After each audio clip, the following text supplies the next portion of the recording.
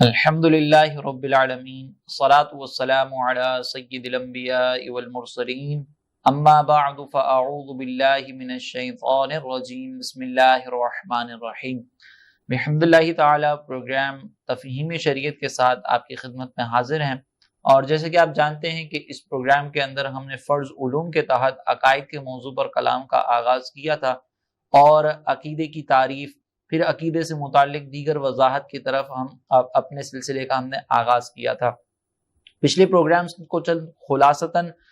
اس کے موضوعات اور اس میں جو کچھ بیان کیا گیا تھا وہ میں ذکر کر دیتا ہوں کہ سب سے پہلے ہم نے عقیدے کی تعریف ذکر کی تھی کہ عقیدہ ایک ایسے پختہ یقین کا نام ہے کہ جس کی وہ ایسا یقین کہ جس میں اگر کوئی دلیل بھی ہمیں دے اس کے مقابلے میں تو ہمارے یقین میں کسی قسم کا کوئی کمی پیدا نہ ہو اور کسی قسم کا کوئی شک اور تردد اس کے اندر شامل نہ ہو، اس کو عقیدہ کہتے ہیں۔ اور پھر عقیدے کے دلائل ذکر کیے گئے تھے کہ عقیدہ جو ہے وہ 4 دلائل میں سے کسی ایک سے ثابت ہو سکتا ہے: قرآن، حدیث، ثبات اعظم اور عقل سلیم۔ یہ 4 ایسی بنیادی ماخذ ہیں کہ جس کی بنیاد پر ہم کسی عقیدے کو اختیار کر سکتے ہیں۔ اگر ہم نے کوئی عقیدہ اختیار کیا ہے تو اس عقیدے کو تعلق جس بھی دین سے ہوگا اس دین میں انسان شامل ہو جاتا ہے۔ جیسے کہ ہم اللہ تبارک و تعالیٰ کو ایک مانتے ہیں، نبی کریم علیہ السلام کے آخری نبی تسلیم کرتے ہیں، آپ کے بعد کسی اور نبی کا آنا ممکن نہیں ہے، اس پر ہمارا عقیدہ ہے۔ انبیاء علیہم السلام کی معصومیت اور انبیاء علیہم السلام سے کسی شخصیت کو بھی ہم افضل تسلیم نہیں کرتے، یہ ہمارا عقیدہ ہے، اور یہ چیزیں ضروریات دین کے اندر شامل ہیں۔ چنانچہ اس کو اقرار کرنے کے بعد ہم دائرہ اسلام میں داخل ہوتے ہیں، اور اس طرح کے عقائد کو عقائد اسلام کہا جاتا ہے۔ اور بعض عقائد وہ ہوتے ہیں کہ جن کا اسلام میں داخل ہونے کے بعد اس لیے ان کو اختیار کرنا ضروری ہے تاکہ ہمارا عقیدہ جو ہے وہ بدعات اور گمراہی سے محفوظ رہ سکے۔ ان عقائد کو کہا جاتا ہے کہ یہ عقائد اہل سنت ہیں۔ اہل سنت وہ جماعت ہے، اہل سنت وہ جماعت کہلاتی ہے کہ جو نبی کریم علیہ السلام کی پیروی کرتی ہو، سرکار دو جہاں صلی اللہ علیہ وسلم نے جو تعلیمات عطا فرمائیں اس کی پیروی کرنے والوں کو اہل سنت کہتے ہیں، اور جو صحابہ کرام کی اتباع کرے وہ اہل جماعت کہلاتے ہیں، اور ان دونوں کو ملا کر اہل سنت و جماعت کہا جاتا ہے۔ اور جو بھی اس اہل سنت و جماعت کے دائرے سے باہر نکل جائے وہ گمراہ اور بدعتی کہلاتا ہے۔ پھر اس کے بعد ایمان کے اعتبار سے ہم نے کلام کیا تھا کہ ایمان جو ہے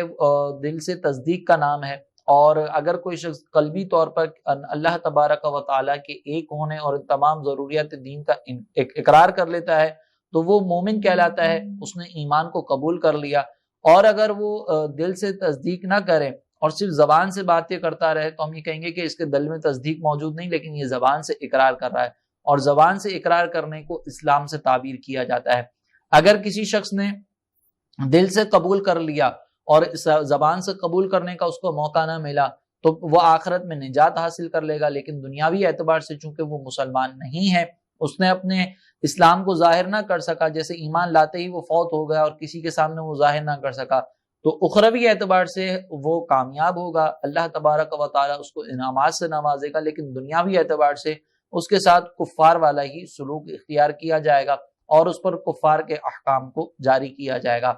ایک وہ شخص ہوتا ہے کہ جو صرف زبان سے اقرار کرتا ہے، دل میں تصدیق موجود نہیں ہوتی، تو یہ شخص دنیاوی اعتبار سے مسلمان کہلائے گا کیونکہ ہمیں اس کے دل کا حال معلوم نہیں، لیکن آخرت میں اللہ تبارک و تعالیٰ نے ایسے شخص کے لیے انتہائی سخت ترین عذاب تیار کر رکھا ہے، اور یہ آخرت میں عذاب کے اندر گرفتار ہوگا۔ اور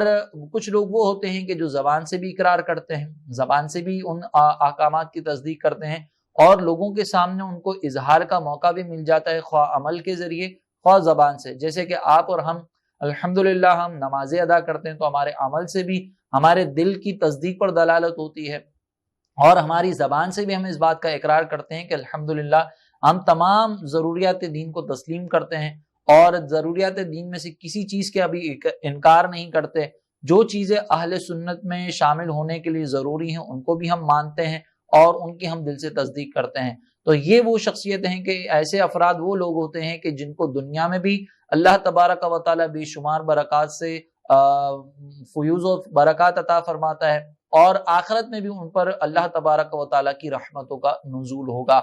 اور کچھ لوگ وہ ہوتے ہیں کہ جو اعلانیہ طور پر انکار کرتے ہیں کہ ہم ان چیزوں کو نہیں مانتے اور دل میں بھی تصدیق موجود نہیں ہوتی، تو ایسے شخص کو کہا جاتا ہے کہ یہ دائرہ اسلام سے خارج ہے اور کافر ہے۔ آج انشاءاللہ ہم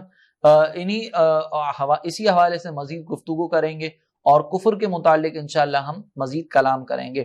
سب سے پہلے یہ ذہن میں رکھیں کہ پچھلی جو تفصیل ہے اس کی روشنی میں یہ بات تو ہمیں معلوم ہو گئی کہ ضروریات دین میں سے کسی بھی ایک چیز کا انکار یہ کفر کی طرف انسان کو لے کر چلا جاتا ہے۔ جیسے کہ مثال کے طور پر اگر 99 چیزوں کا وہ اقرار کرتا ہے، ضروریات دین اگر مثال کے طور پر 100 ہیں اور وہ 99 کا اقرار کرتا ہے اور کسی ایک کا انکار کرتا ہے، تب بھی وہ دائرہ اسلام سے خارج ہی تصور کیا جائے گا اور اس کے دیگر جو تصدیقات ہیں اس کا کوئی اعتبار نہیں کیا جائے گا۔ مثال کے طور پر اگر کوئی شخص ایسا ہے کہ جو اللہ تبارک و تعالیٰ پر ایمان رکھتا ہے، اللہ کو ایک مانتا ہے، اسی طریقے سے فرشتوں کو تسلیم کرتا ہے، فرشتوں پر بھی ایمان رکھتا ہے، جنات پر بھی ایمان رکھتا ہے، دنیا اور آخرت کے جو معاملات ہیں ان پر بھی ایمان رکھتا ہے، لیکن نبی کریم علیہ الصلوۃ والسلام کو آخری نبی نہیں مانتا، تو نبی کریم علیہ الصلوۃ والسلام کی نبوت کا سب سے آخر میں ہونا اور سرکار علیہ الصلوۃ والسلام کا سلسلہ نبوت میں سب سے آخر ہونا، اور نبوت کے اعتبار سے تو میرے آقا علیہ السلام سب سے پہلے، لیکن سلسلہ نبوت میں میرے آقا علیہ الصلوۃ والسلام کا سب سے آخر میں تشریف لانا، یہ ضروریات دین کے اندر شامل ہے۔ اور میرے آقا علیہ الصلوۃ والسلام کے بعد اب نہ کسی ذلی، بروزی اور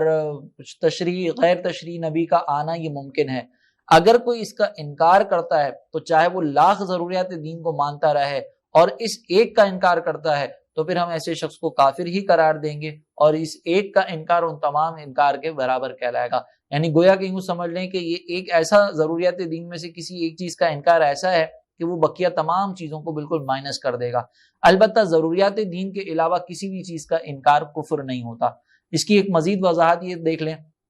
کہ مثال کے طور پر حضرت عیسیٰ علیہ السلام کے معجزات قرآن میں ذکر کیے گئے ہیں، حضرت موسیٰ علیہ السلام کے معجزات قرآن میں ذکر کیے گئے ہیں، لیکن ان کے ایک ایک معجزے کو ماننا اور ایک ایک معجزے کے بارے میں جاننا یہ ضروریات دین میں شامل نہیں ہے۔ جیسے مثال کے طور پر حضرت عیسیٰ علیہ السلام جو ہے یہ مادرزاد اندھوں کو زندہ بینائی عطا کر دیا کرتے تھے، مردوں کو زندہ کر دیا کرتے تھے، یہ آپ کا معجزہ ہے۔ حضرت موسیٰ علیہ السلام نے اپنے عصا سے سمندر پر جب اپنے عصے کو مارا تو وہ سمندر نے آپ کو راستہ دے دیا اور آپ اس راستے سے روانہ ہو گئے، یہ آپ کا معجزہ ہے۔ اس معجزے کو تسلیم کرنا اور اس معجزے کا انکار کرنا، اس کو تسلیم کرنا دائرہ اسلام میں داخل نہیں کرے گا اور اس کا انکار دائرہ اسلام سے باہر نہیں نکالے گا، کیونکہ یہ ضروریات دین میں شامل نہیں ہے، اگرچہ قرآن سے ثابت ہے۔ البتہ اس میں تھوڑی سی وضاحت یہ ضروری ہے کہ اگر کوئی یہ کہتا ہے کہ حضرت موسیٰ علیہ السلام کے دریا پر عصا مارنے کے معجزے کو میں نہیں مانتا، تو ابھی ہم اس کو کافر قرار نہیں دیں گے، وہ گمراہ ضرور ہے لیکن اس کو کافر قرار نہیں دیں گے۔ ہاں، اس کو پھر سمجھائیں گے کہ بھئی یہ بات جو ہے وہ قرآن سے ثابت ہے۔ قرآن میں اللہ تبارک و تعالیٰ نے ارشاد فرمایا ہے کہ جب حضرت عیسیٰ علیہ السلام نے حضرت موسیٰ علیہ السلام نے اپنے عصے کو سمندر پر مارا، دریا پر مارا، تو اس نے راستہ دے دیا، تو یہ تو صراحتاً قرآن سے ثابت ہے۔ اب جب ہم نے اس کو یہ دلیل دی ہے کہ قرآن سے یہ بات ثابت ہو رہی ہے اور قرآن میں واضح طور پر لکھا ہے، اب وہ اگر اس بات کو تسلیم کر لیتا ہے اور وہ یہ کہتا ہے کہ یار مجھے معلوم نہیں تھا کہ قرآن کے اندر یہ بات ذکر ہے، اب قرآن کے اندر ذکر ہے تو پھر میری عقل کچھ بھی کہتی ہو، میں اس کو مینوان تسلیم کرتا ہوں اور اس معجزے پر میرا ایمان ہے، تب تو ہم اس کو کافر بھی قرار نہیں دیں گے، اس کو گمراہ بھی قرار نہیں دیں گے، کیونکہ اس نے اپنی بات سے رجوع کر لیا۔ لیکن اگر وہ اس بات کو سننے کے بعد یہ کہتا ہے کہ اگرچہ قرآن کے اندر لکھا ہوا ہے پھر بھی میں نہیں مانتا، تو اب وہ حضرت موسیٰ علیہ السلام کے معجزے کا انکار کرنے والا نہیں ہے، اب وہ قرآن کی آیت کا انکار کرنے والا ہے، اور قرآن کی ہر آیت میں کیا حکم لکھا ہے یہ اگرچہ ہمیں معلوم نہ ہو، لیکن ہمیں یہ ایمان رکھنا ضروری ہے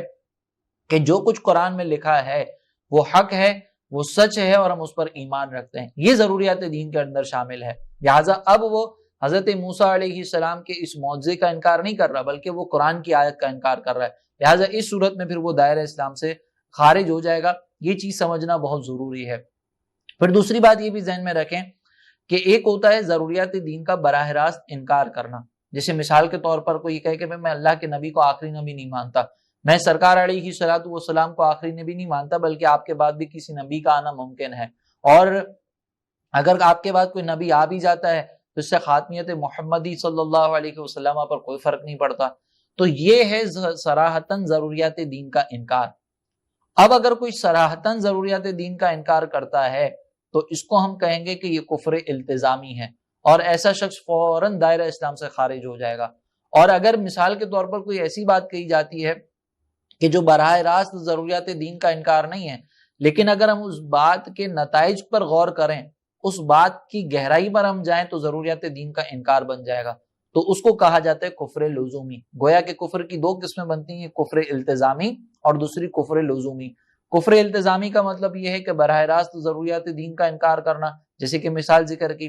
اور کفر لزومی یہ ہے کہ کوئی ایسی بات کہنا کہ جس کا نتیجہ ضروریات دین کا انکار بنتا ہو۔ جیسے مثال کے طور پر ہمارے یہاں پر ایک یہ جملہ کہا جاتا ہے کہ اللہ تبارک و تعالیٰ کو ہمارے یہاں پہ کہتے ہیں اوپر والا میرے یہ کام کر دے گا، اوپر والا بڑا کریم ہے۔ تو اب یہاں پر اللہ تبارک و تعالیٰ کے لیے ایک ڈائریکشن کو متعین کیا جا رہا ہے کہ اللہ اوپر والا ہے، یعنی وہ اوپر موجود ہے۔ تو اب یہ اللہ تعالیٰ کو اوپر والا کہنا، یہ اللہ تبارک و تعالیٰ کے لیے ڈائریکشن کو ثابت کر رہا ہے، اور جو چیز ڈائریکشن کے اندر ہوتی ہے وہ ایک جسم رکھتی ہے، اور جو چیز جسم رکھتی ہے، جس ذات کا کوئی جسم ہو، جسم کا مطلب یہ کہ جو ایک مکان کے اندر سما سکے اور مکان کے اندر محدود ہو سکے اور فنا ہو سکے، تو ڈائریکشن کے اندر وہی چیز ہو سکتی ہے کہ جس کا کوئی جسم ہو۔ تو گویا کہ ہم یہ ثابت کر رہے ہیں کہ اللہ تبارک و تعالیٰ کا معاذ اللہ جسم ہے، اور جس کا جسم ہوتا ہے تو وہ ذات تو فنا ہو جاتی ہے، تو گویا کہ معاذ اللہ اللہ تبارک و تعالیٰ فنا ہونے والا ہے۔ تو اب یہ جملہ اگر دیکھا جائے تو براہ راست اس جملے کو کہنے والا یہ ذہن میں نہیں رکھتا کہ اللہ تعالیٰ معاذ اللہ فنا ہونے والا ہے، وہ اس کا نظریہ نہیں ہوتا، تو گویا کہ وہ براہ راست اللہ تبارک و تعالیٰ کے فنا ہونے کا عقیدہ نہیں رکھتا، لیکن اس نے ایک ایسی بات کہی ہے کہ اگر اس بات کے نتائج پر غور کیا جائے تو یہ اللہ تبارک و تعالیٰ کے فنا ہونے پر ایک گویا کہ دلالت کر رہا ہے۔ لہٰذا ایسے جملے کو پھر کفر لزومی کہا جاتا ہے۔ کفر التزامی کا مرتکب جو ہے وہ فوراً دائرہ اسلام سے خارج ہوتا ہے، وہ مرتد کہلاتا ہے، اس کے تمام نیک اعمال برباد ہو جاتے ہیں، اس پر کلمہ پڑھ کر اپنے سابقہ عقیدے سے جو کفری عقیدہ ہے اس سے توبہ کرنا لازم ہوتا ہے، تجدید نکاح اس پر لازم ہو جاتا ہے کہ اس کی زوجہ فوراً دائرہ نکاح سے نکل جاتی ہے۔ اور کفر لزومی جو ہے اس کا کہنے والا کافر نہیں ہوتا، یعنی ہم اس کا اگر مثال کے طور پر کسی نے کہا کہ اللہ تعالیٰ اوپر والا ہے تو ہم اس کو یہ حکم دیں گے کہ بھائی تم نے جو یہ جملہ کہا ہے یہ جملہ کفر کی طرف لے کر جانے والا ہے، لہٰذا تم پر لازم ہے کہ تم تجدید ایمان کرو اور تجدید نکاح کرو۔ اگرچہ اگر وہ تجدید نکاح نہیں کرے گا تو ہم یہ نہیں کہیں گے کہ معاذ اللہ وہ زنا کر رہا ہے اپنی زوجہ کے ساتھ، لیکن اگر کفر التزامی کے بعد کسی نے تجدید نکاح نہ کیا، زوجہ کے ساتھ تعلق قائم کر لیا، تو وہ تو نکاح ختم ہو چکا تھا، لہٰذا وہ گناہ گار ہوگا، اور زوجہ کے ساتھ تعلق قائم کرنا ایسے جیسے زنا کرنا۔ لیکن یہاں پر جو ہے وہ احکام یہ ہوں گے کہ اس کے اعمال برباد نہیں ہوں گے، یعنی ہم اس کو یہ نہیں کہیں گے کہ اس نے جتنی پچھلی نیکیاں کی تھیں وہ سب کی سب تباہ ہو گئی کفر لزومی کے اندر، اور اس کی زوجہ فوراً اس کے نکاح سے نکل گئی، ایسا نہیں۔ اس پر توبہ لازم ہوگی، تجدید ایمان اس کو کرنا ہوگا، تجدید نکاح کرنا ہوگا، اور اس پر اگر وہ نہیں کرتا تو ان تمام اعمال کو اختیار کرے گا۔ اگر زوجہ کے پاس جا رہا ہے اور تجدید نکاح نہ کرے، اپنے اس کفر سے بیزاری کا اظہار نہ کرے، تو ہم اس کو گناہ گار کہیں گے اور گمراہ ضرور کہیں گے کہ اس کے عقیدے میں تھوڑا سا بگاڑ آ چکا ہے، لیکن پھر بھی اس کو دائرہ اسلام سے خارج متصور نہیں کیا جائے گا۔ آخرت میں اس شخص کی بھی بخشش ممکن ہے، لیکن اگر یہ شخص جو کفر التزامی جس نے اختیار کیا اور اسی حال کے اندر مر گیا تو اس کی بخشش بھی ممکن نہیں ہے، اور یہ اگر اس حال میں مر جائے کہ کفر لزومی کا ارتکاب کیا تو اور اسی حال میں فوت ہو گیا تو اس کی بخشش ممکن ہے، اس کا جنازہ بھی پڑھا جائے گا، اور بہرحال اس کے لیے دعائے مغفرت بھی کر سکتے ہیں، جبکہ دوسرا اگر شخص ہے تو اس کے لیے دعائے مغفرت بھی نہیں کی جا سکتی۔ تو خلاصہ کلام یہ ہے کہ کفر جو ہے اس کا تعلق یہ ہے کہ اگر کوئی شخص ضروریات دین کا انکار کرتا ہے تو وہ ضروریات دین کا انکار اس کو کفر کے اندر مبتلا کر دے گا، اور اگر ضروریات دین کے علاوہ کسی اور چیز کا انکار کرتا ہے تو وہ دائرہ اسلام سے خارج نہیں ہوگا۔ اب یہ ضروریات دین جو ہے اس کے بارے میں علم سیکھنا بھی ضروری ہے، اس پر انشاءاللہ ہم مختصر سا تھوڑی سی وضاحت کر دیں گے کہ ضروریات دین کسے کہتے ہیں اور ضروریات دین سے مراد کیا ہے، تاکہ اور چیز ہمیں کلیئر ہو جائے۔ بہرحال اگر کوئی صراحتاً ضروریات دین کا انکار کرے گا تو وہ مرتد کہلائے گا، اس کی زوجہ اس کے نکاح سے نکل جائے گی، اس کے پچھلے تمام اعمال برباد ہو جائیں گے، اور اس کا یہ کفر التزامی کہلائے گا۔ اس پر لازم ہے کہ وہ تجدید ایمان بھی کرے، تجدید نکاح بھی کرے، اور اگر اسی حال میں فوت ہو گیا تو اس کو مسلمانوں کے قبرستان میں دفنانا بھی جائز نہیں، اس کے ساتھ نکاح کے وغیرہ کے معاملات بھی جائز نہیں ہوں گے، اور نہ اس کے لیے دعائے مغفرت کی جا سکتی ہے۔ اور اگر براہ راست ضروریات دین کا انکار نہیں کیا بلکہ کوئی ایسا جملہ کہا کہ جس کا نتیجہ ضروریات دین کا انکار بنتا ہے، تو گناہ گار یہ بھی شخص ہوگا، اس کو بھی حکم دیا جائے گا کہ تجدید ایمان کرے، تجدید نکاح کرے۔ لیکن اگر وہ اسی حال میں مر گیا تو اس صورت میں پھر اس کے لیے دعائے مغفرت بھی کر سکتے ہیں، اس کو مسلمانوں کے قبرستان میں بھی دفنائیں گے، زوجہ بھی اس کے نکاح میں ہی موجود ہوگی، یعنی ورثہ وغیرہ سب اس کو دیا جائے گا اس کی زوجہ کو اس کے فوت ہونے کے بعد۔ لیکن بہرحال یہ شخص پھر گناہ گار ہوگا، اس کی مغفرت ممکن ہے کہ آخرت میں اللہ تبارک و تعالیٰ اس کو بخش دے، لیکن کفر التزامی والے کی مغفرت ممکن نہیں ہے۔ اب اس کی بنیاد پر کچھ احکام مرتب ہوتے ہیں کہ مرتد کون ہوتا ہے، کافر اصلی کون ہوتا ہے، اور ان کے ساتھ تعلق قائم کرنا، ان کے ساتھ بزنس وغیرہ قائم کرنا، ان کے ساتھ رشتہ کرنا، اس کا کیا حکم ہوگا، وہ اس پر انشاءاللہ ہم اگلے پروگرام میں کلام کریں گے۔ آج انشاءاللہ جو آپ کے سوالات ہیں اس کی طرف ہم چلتے ہیں، اور آپ کے جو سوالات ہم تک پہنچے اس پر انشاءاللہ ہم کلام کرتے ہیں۔ سب سے پہلا سوال جو اس پروگرام میں کیا گیا ہے وہ یہ ہے کہ سنا ہے کہ میت کا کھانا کھانے سے دل مردہ ہو جاتا ہے، لیکن ہمارے یہاں پر یہ دیکھا گیا ہے کہ اگر کسی کی فوتگی ہوتی ہے تو قبرستان میں اس کو دفنانے کے بعد آتے ہیں اور پھر خاندان والے جو وہ کھاتے ہیں، اور پھر ظاہر سی بات ہے کہ جب لوگ آئے ہیں اور یہ مجبوری میں لوگ کر رہے ہیں تو گھر والے پھر یہ نیت کر لیتے ہیں کہ چلو ہم ایصال ثواب کی اس میں نیت کر لیتے ہیں کہ جو فوت ہوا ہے اس کو ایصال ثواب ہو جائے۔ تو گزارش دیکھیں یہ ہے کہ پہلے اس چیز کو سمجھیں کہ ہمارے علماء نے میت کا کھانا کھانے سے دل مردہ ہو جاتا ہے اس سے کیوں بیان فرمایا۔ اس کی وجہ یہ ہے کہ جب کوئی فوت ہوتا ہے تو اس کی فوتگی کے فوراً بعد اگر ہم صرف کھانا کھانے بیٹھ جائیں تو آخرت کی طرف جو عبرت حاصل کرنے کا ایک سلسلہ تھا اس کے اندر گویا کہ کمی آ جاتی ہے، ایک دعوت کا ماحول بن جاتا ہے۔ آپ اگر کھانے پینے کے لیے کسی دعوت کے اندر جاتے ہیں تو وہاں پر پھر آپ کی توجہ آخرت کی طرف نہیں رہتی۔ ہم جب کھانا کھاتے ہیں، جب پیٹ میں جب کچھ چیزیں جاتی ہیں پیٹ کے اندر تو پھر انسان کی توجہ جو ہے وہ کھانے کی طرف ہو جاتی ہے، باقی تمام معاملات کی طرف سے ہٹ جاتی ہے۔ تو وہ وقت ایسا ہوتا ہے کہ جس میں انسان کچھ عبرت حاصل کرے، اپنی آخرت کی فکر کرے، اپنی موت کی تیاری کرے، اور ظاہر سی بات ہے کہ جب اس موقع پر جہاں آخرت کی طرف متوجہ ہونا تھا وہاں پر دعوت کی طرح بیٹھ کر کھانا کھانا شروع کر دیں تو یقینی سی بات ہے کہ پھر دل کے اندر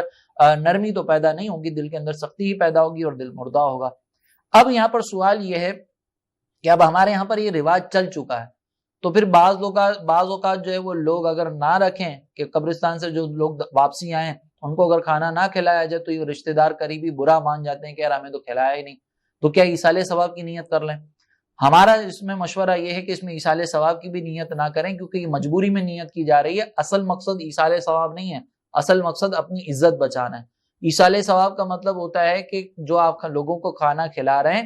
اس پر مرتب ہونے والا ثواب میت کو پہنچایا جائے، اور یہاں پر یہ نیت تو ہے ہی نہیں۔ یہاں پر تو نیت یہ ہے کہ اگر ہم کھانا نہیں کھلائیں گے تو جتنے رشتہ دار دفنا کر واپس آئیں، جتنے دوست و احباب دفنا کر واپس آئیں، ان کو کھلایا نہیں جائے گا تو وہ تو ہمارے اوپر تنقید کریں گے، تو اس میں نیت تو ثواب کی ہے ہی نہیں۔ پھر دوسری بات یہ کہ یہ جو ایصال ثواب کی نیت سے بھی اگر آپ کھلا رہے ہیں تو اس میں آپ کو کہیں لگتا ہے کہ ان لوگوں کے دل جو ہے وہ مردہ نہیں ہوں گے؟ ہم نے یہاں تک دیکھا ہے کہ جس کے والد صاحب فوت ہوتے ہیں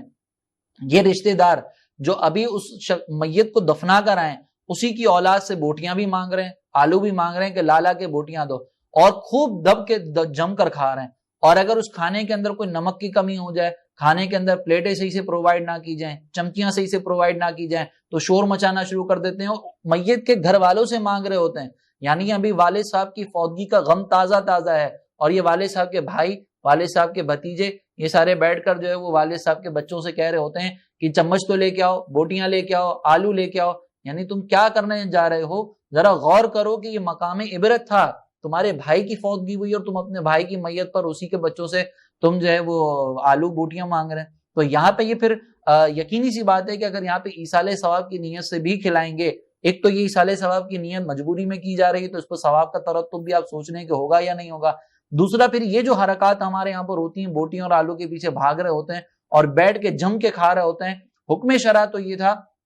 کہ میت کے گھر والوں کے لیے کم از کم 3 دن تک کھانا پکایا جائے، ان کو جا کر کھلایا جائے، اور حال یہ ہوتا ہے کہ یہ جو دور سے رشتہ دار آنے والے ہیں یہ میت کے گھر والوں پر بوجھ بن جاتے ہیں۔ 3 دن تک میت کے گھر کے اندر بعض اوقات بیٹھ جاتے ہیں اور میت کے گھر والوں کو بولتے ہیں ہمارے لیے پیٹ بھر بھر کے کھانے ہمیں کھلاتے رہو۔ تو یہ ایصال ثواب کے لیے آئیں، اپنا پیٹ پالنے کے لیے آئیں؟ لہٰذا ہماری گزارش ہے کہ اس کے خلاف ایک بھرپور مہم چلائیں کہ اگر کوئی مثال کے طور پر دفنانے کے لیے جاتا ہے تو اس کو کہیں کہ بھائی دفنانے کے بعد کسی قسم کا جو ہے وہ کھانا نہیں کھلایا جائے گا. پھر آپ دیکھ لیں کہ یہ رشتہ دار جو بظاہر آپ سے محبت کا اظہار کر رہے ہوتے ہیں قبرستان تک ساتھ چلتے ہیں, پھر یہ دیکھ لیں کہ جب ان کو کھانے کا منع کیا جائے گا کہ کھانے کا کوئی انتظام نہیں ہے, تو شاید ایک دو کے علاوہ کوئی بھی قبرستان تک آپ کے ساتھ نہ ہے, جنازہ پڑھیں گے اور وہیں سے اپنے گھر پہ چلے جائیں گے, ہمیں تو بڑی بھوک لگ رہی ہے. لہٰذا یہ کوئی مخلص لوگ نہیں ہوتے جو اس طرح کھانے کے پیچھے بھاگ رہے ہوتے ہیں. اور اگر آپ کھانے نہ کھلانے کا اعلان کر دیں کہ بھئی ہماری طرف سے کوئی کھانا نہیں کیا جائے گا, عیسیٰ علیہ السلام کے لیے جو بھی ہوگا ہم غربا کو کھلا دیں گے, یتیم خانے میں جا کے دے دیں گے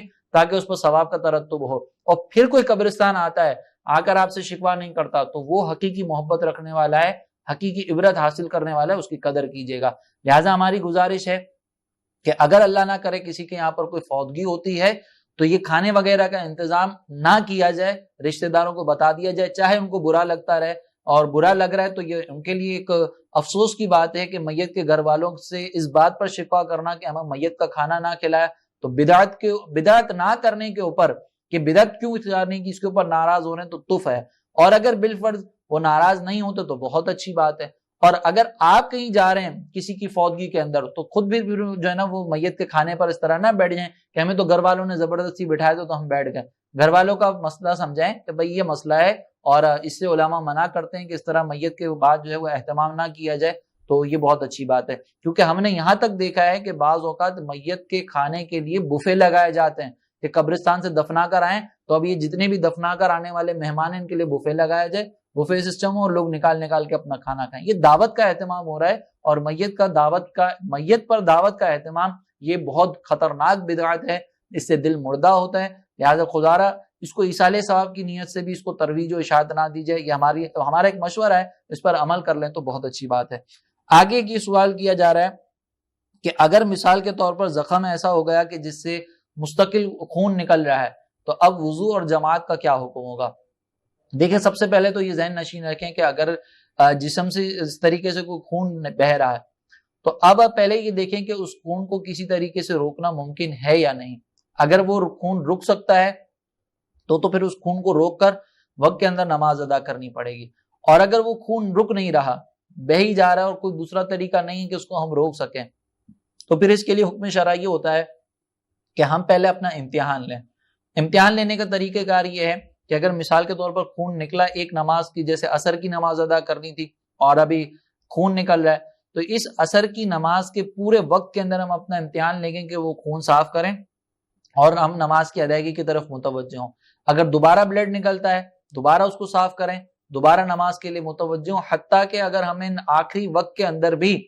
خون نکل رہا ہو اور نماز کی ادائیگی کا موقع نہ ملے اور اب ہمیں یہ ہو کہ یار اب خون صاف کرنے جاؤں گا اور واپس وضو کر کے آؤں گا تو نماز کا وقت ہی نکل جائے گا, تو پھر اس صورت میں حکم یہ ہوتا ہے کہ اب اگر خون نکل رہا ہے تب بھی آپ اسی طریقے سے نماز ادا کر لیں, اب آپ شرعی معذور ہیں. اب اگر اگلے وقت کے اندر بھی اسی طریقے سے معاملہ ہو رہا ہے تو اب امتحان لینے کی ضرورت نہیں, اب آپ فوری طور پر وضو کریں اور وضو کرنے کے بعد آپ نماز ادا کر سکتے ہیں. مغرب کی نماز آپ اسی حال میں ادا کر لیں. اب آپ یہ شرعی معذور کہلائیں گے کیونکہ آپ کا خون ہی نہیں رک رہا. اور اگر مثال کے طور پر عصر میں آپ نے امتحان لیا اور امتحان لینے کے بعد یہ ثابت ہو گیا کہ آپ شرعی معذور ہیں, تو اگلے وقت کے اندر آپ کو وضو کرنا پڑے گا. اب آپ اگلے وقت میں وضو کریں, نماز ادا کریں. اور اگر اگلے وقت میں ایک مرتبہ بھی خون نہیں نکلا اور وہ رک گیا تو اب آپ شرعی معذور نہیں ہیں. اب اگر دوبارہ بلڈ نکلے گا, دوبارہ اسی طریقے سے بہنا شروع ہو جائے تو دوبارہ امتحان لینا پڑے گا. اب یہ نہیں ہو سکتا کہ میں نے عصر میں لے لیا تھا, مغرب کے اندر خون نہیں نکلا تو چلو عشاء کے اندر اب خون نکلا ہے تو میں شرعی معذور نہ رہا, تو دوبارہ امتحان آپ کو پھر لینا پڑے گا. دوسری بات یہ کہ اگر بالفرض مثال کے طور پر آپ کو یہ موقع مل جاتا ہے کہ عصر کے اندر کم از کم فرائض طہارت کے ساتھ آپ ادا کر سکتے ہیں اور اس میں خون نہیں نکل رہا, تو پھر آپ شرعی معذور نہیں ہیں. اب آپ کو ہر نماز کے اندر جو ہے وہ اسی طریقے سے اہتمام کرنا ہوگا کہ جو قلیل وقت آپ کو مل جائے اس وقت کے اندر آپ فوری طور پر نماز ادا کر لیں. اور چونکہ یہ یہاں پہ مجبوری ہے تو جماعت ترک اگر ہو جائے اس وجہ سے تو پھر اس میں کوئی قباحت نہیں ہے, یہ مجبوری کی صورت ہے. اس میں اگر جماعت چھوٹ جاتی ہے تو کوئی اس میں گناہ گار نہیں ہوں گے. دوسرا سوال یہ کیا گیا کہ ہمارے یہاں پر جو ہے وہ اللہ تبارک و تعالیٰ کے کون کون سے ایسے صفاتی نام ہیں جن میں تعویل جائز نہیں ہے اور ہم بندوں کے لیے ان کا استعمال نہیں کر سکتے. جیسے اللہ تبارک و تعالیٰ کی بہت سی صفات ہیں, صمد ہے, رزاق ہے, خالق ہے, اسی طریقے سے رحمان ہے, رحیم ہے اور رؤوف ہے. یہ اللہ تبارک و تعالیٰ کے تمام صفاتی نام ہیں. اب سوال یہ ہے کہ کون سے صفاتی نام جو ہے وہ بندوں کے لیے ہم استعمال کر سکتے ہیں اور کون سے نہیں کر سکتے. تو یہ ذہن میں رکھیے گا کہ جو صفاتی نام ایسے معنی پر مشتمل ہوں کہ جو معنی صرف اللہ تبارک و تعالیٰ کی ذات کے ساتھ ہی ان کو جوڑنا ممکن ہو، تو وہ صفاتی نام مخلوق کے لیے استعمال نہیں کر سکتے. جیسے مثال کے طور پر خالق. خالق کا مطلب یہ ہے کہ از سر نو کسی کو پیدا کرنا اور باقاعدہ اس کی تخلیق کرنا. بندوں کے اندر یہ ہمت نہیں ہے، لہٰذا کسی بندے کو خالق نہیں کہہ سکتے. بندے کو اگر پکارنا ہوگا تو پھر عبد الخالق کہیں گے. اسی طریقے سے رحمان کا مطلب یہ ہوتا ہے کہ جس کی رحمت نے ایک ایک شخص کو، ایک ایک چیز کو اپنے دامن میں لیا ہوا. تو اب یہ ذات تو صرف اللہ تبارک و تعالیٰ کی ہے کہ اسی کی رحمت اتنی لامحدود ہے کہ ہر ایک کو اس کی رحمت نے اپنے دامن میں لیا ہوا ہے. تو یہ صفاتی نام کسی بندے کے لیے استعمال نہیں ہو سکتا. لہٰذا اس صورت کے اندر ہم بندوں کو عبد الرحمن کہیں گے. رزاق جو ہے یہ بھی ایک ایسی صفت ہے، رزق دینے والا، کہ جو صرف اللہ تبارک و تعالیٰ کے لیے ہی ثابت ہو سکتی ہے، جس کا معنی صرف اللہ تبارک و تعالیٰ کے لیے ہی ثابت ہو سکتا ہے. لہٰذا اب اس صورت کے اندر ہم بندے کو رزاق نہیں کہہ سکتے، اس کو عبد الرزاق ہی کہنا ہوگا. اور اگر بندے کے لیے اس طرح کے نام استعمال کیے جائیں گے تو پھر انسان گناہ گار ہوگا. البتہ کچھ ایسے نام ہیں کہ جو جس کا استعمال بندوں کے لیے بھی ہو سکتا ہے. اس کے معنی سے ہی آپ اندازہ کر سکتے ہیں. جیسے رحیم. رحیم کا مطلب ہے رحمت کرنے والا. اب اس کی رحمت نے چاہے ایک ایک جز کو اپنے دامن میں لیا ہوا ہو، نہ لیا ہو، یہ ضروری نہیں ہے. رحیم کا مطلب یہ ہے کہ بس رحمت کرنے والا. اسی لیے اللہ تبارک و تعالیٰ نے نبی کریم علیہ السلام کو بھی رحیم فرمایا کہ یہ مومنوں پر بڑے رؤوف و رحیم ہیں. رؤوف کا مطلب ہوتا ہے مہربانی کرنے والا. تو اب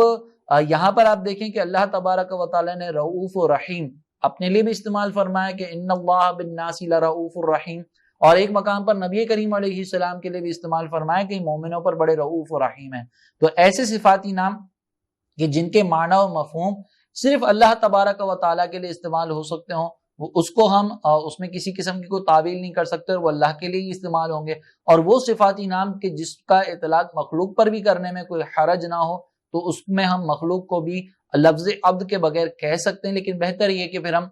مخلوق کو جو ہے وہ لفظ عبد کے ساتھ ہی پکاریں. عبد الرحیم کہیں، عبد الرؤف کہیں، یہ زیادہ اچھی بات ہے. لیکن اگر رحیم اور رؤوف کہہ دیتا ہے کسی کو تو اس میں گناہ گار نہیں ہوگا. لیکن اگر رحمان کہے گا، رزاق کہے گا، خالق کہے گا، تو پھر انسان گناہ گار بھی ہوگا. اس کے بعد ایک یہ سوال کیا گیا کہ